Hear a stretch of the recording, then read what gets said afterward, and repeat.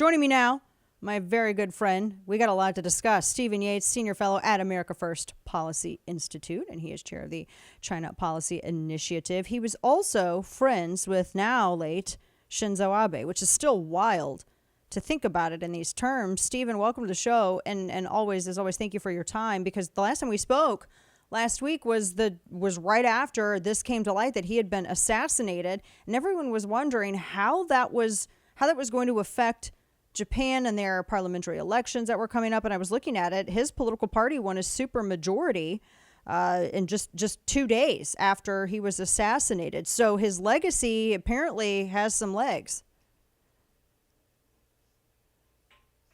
On that trajectory, and he has been a vital part of driving his country, his party, and frankly, that part of the world in the right direction in seeing China's Communist Party clearly for what it is. A lot of today's talk about an Indo-Pacific region, I might make fun of the words because I don't like labels like that very much, but he had a strategic point behind it. He wanted to make clear that when you talk about Asia, you include the Indian Ocean part of Asia, those other billion people that live in a political system that's in contrast to the billion people under tyranny in the Communist Party of China. And so Shinzo Abe worked on these things as sort of a mid-level guy. He was not born in poverty, I would say. He was a legacy in terms of a political powerhouse family, but he made the most of it. A lot of people get at bats in life, and I really just have a deep respect for those who take it and not only swing away, but do something meaningfully and successfully with it. And I think that his country for generations to come will thank him. And as an American, I thank him because I think he was helping Japan grow out of the shadows of the World War II tragedy. The Communist Party of China and the North Koreans tried to hold that over Japan. He tried to make them more of a normal nation and try to have a constitution of their own, not the one that we imposed after World War II. So I strongly supported the direction that he was going. He's someone that I met when he was on his rise and after he fell from power the first time he was prime minister. And as I said on Twitter, you just have a deep respect for the people that take the roller coaster of politics up with you and down with you, and you return the favor. And he was one of those kind of guys. Yeah, I'm talking with Stephen Yates, who he also advised Bush and his administration. He's worked in this area. He ran Radio Free Asia till the communists went after him. But this, I have to ask you, Stephen, too, the media reaction, the media description. They try to act like he was controversial. Basically, I'll sum it up. After an NPR headline, they were acting like because he got along with Trump that somehow he was Nazi adjacent, which is just idiotic, because he was able to get along with Trump, but yet he was, as you were saying, he really wanted Japan to have that kind of influence on the world stage and be, as much as they are financially, to be that influential on every, other area. Now it's like that he's being smeared posthumously because he was able to get along with the West. It was really disgusting. Anytime one of our friends gets this kind of treatment, you feel it a little bit more. But really, I don't know if the sort of mainstream media has failed greater than they have on sort of these obituaries for world leaders, whitewashing terrorists and true murderous dictators. But you got to put some kind of a snarky caveat on a guy who's the longest tenured prime minister in the history of democratic Japan. How does he do that with a supermajority in his country if he's not by definition uniting more people than he's supposedly dividing? So, just on its face, it was sort of analytically bad, but, it's just sort of the left's got a left. They just go do their thing when these things happen. It was just particularly gross in this instance because what's he doing? He's helping them be a normal, responsible power in the world, balancing a China that's anything but those adjectives. and was a loyal and reliable partner with the United States. I mean, what really more do we ask of any country? Can't you just give the man his due after he's been assassinated? My goodness, you just can't let anything go. All right. Did we find out any more about his murderer, his assassin? Well, I mean, the guy who made it basically is an IED, as our friend Brad Thor was explaining to us, which I agree, as opposed to a zipper gun. But do we? Because he had said it was weird. He was quoted in Japan's media as he didn't oppose Abe politically, but he had some kind of issue with him, and it never Yeah. really came to fruition what that was. What do we know? Well, I think the only thing we can say for sure we know at this point is we don't know the truth. So it's very, very unlikely that this guy just woke up Mm-hmm. and had a bad morning, somehow put together some kind of handheld version of a double barrel shotgun or hand rocket of some kind, and just showed up where Abe was going to be campaigning. One thing we can count on the Japanese to do is to have a thorough, meticulously investigated process from here forward. I don't expect it to be quick, but I think that they'll be combing over, what ties did he have with people who wanted to influence and use him.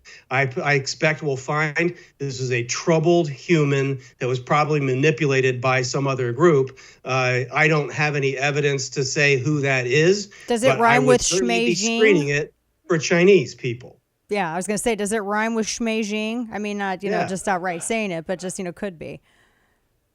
Yeah, well, I mean, and it's not like China isn't trying to destabilize other Right. democratic places right now. I mean, they certainly took the hammer out in Hong Kong. They're threatening people who are dissidents in other countries, even in the United States. They're going after people here that advocate for a free China or raise any kind of criticism against them. And they have a visceral hatred of Japan. And why wouldn't they? Japan proves the lie that you can't have freedom and be a normal, traditional Asian society at the same time.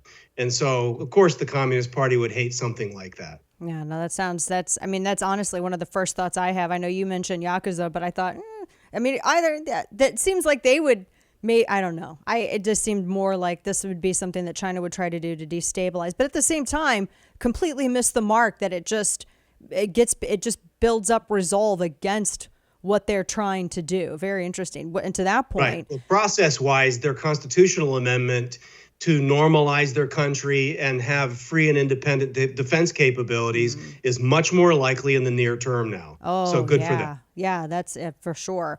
Also, the U.S. is apparently concerned at China's alignment. You and I have talked about this for a little bit. We're talking with Stephen Yates. Their alignment with Russia, according to Anthony Blinken, which, I mean, that seems obvious. It doesn't seem it's weird because it seems as though China they're coming into some kind of alignment, or developing some kind of association, not really a relationship, because China's well aware of the optics of what that looked like on the world stage. It seems like they did help them out with buying crude, apparently, according to numerous reports. But yet, it's like they also don't want to back a loser. Explain to us a little bit the latest as to what's going on here. Well, I mean, really, when it comes down to China and Russia, it's been a long-standing marriage of convenience. I mean, this is a grouping that will, at the first opportunity, ditch the other one. But while it works for them, they will always take whatever assist they can get from the other side, especially if they're balancing against the broader West and especially the United States. So when it came to the situation in Ukraine, I mean, China was deeply conflicted. They had a lot of economic and other interests in the Ukraine. But they had bigger interests in trying to keep the United States from throwing these kinds of sanctions at Beijing, like they had been throwing at Moscow. So they picked the bigger challenge to align over. But longer term, the Chinese don't trust anyone, and I don't think the Russians trust anyone. Yeah. And so it's not something that is durable. But what we always have to remember is it's easier to break things than to build things. And so they don't have to have an effective alliance or partnership to be damaging and bad. All they have to do is break things and cause trouble, and it's a lot harder for the rest of us. That's a really good point. This this story that came out with Hunter Biden and this asset firm that has this $1.7 billion investment in this Chinese oil and gas and this company, the story that came out last week of the sale of our own from our own reserves from our SPR that apparently benefits this entity that Hunter Biden's asset firm has investment in. How much of a because that's really downplayed. Nobody, no ABC story, no NBC story, nothing like that. The closest they get to criticizing Joe Biden is kind of intimating that they'll really come after him if he really decides to run in 2024 because they want a more, I guess, mentally or aware Democrat to be in office. That seems like that should be a major headline story and a real conflict that's carried out right in the White House with the big guy. Your thoughts on that?